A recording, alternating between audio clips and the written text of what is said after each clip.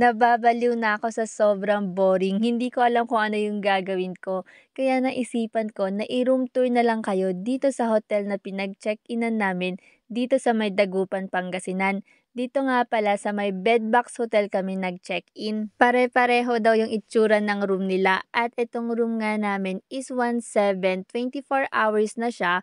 Pero kung gusto nyo naman ng 6 hours, 12 hours, okay lang yon kasi para siyang hotel for travelers. Meron silang TV, may complimentary water, mayroong kape, may tea, may towel, may tissue, toothbrush, sabon, at meron ding shampoo.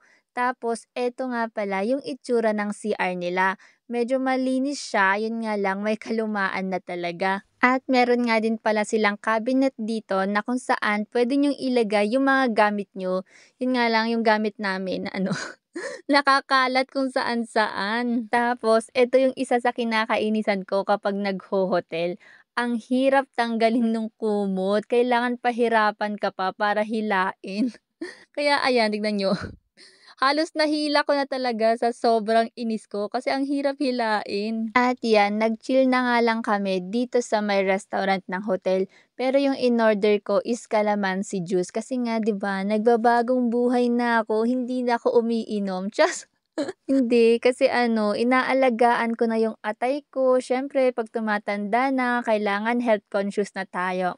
At yan nga, napakaasim nung calamansi juice nila, talagang lumalaban.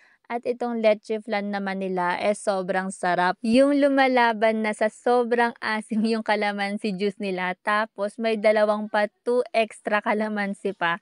Kaya naisipan ko na i-prank na lang si Patrick. Humanda ka sa akin mamaya. At yan nga, dahil sa kademonyohan ng utak ko, yung kalamansi lumubog dun sa iniinom ko, nakakaloka. At meron nga din pala silang complimentary breakfast dito. Yun nga lang, naloka din ako kasi tingnan niyo naman yung itsura, heart talaga. Para tuloy kami nagtsuktsakan dito, nakakaloka 'tong hotel na 'to, heart talaga. Pero maganda naman yung hotel at the same time sobrang mura din.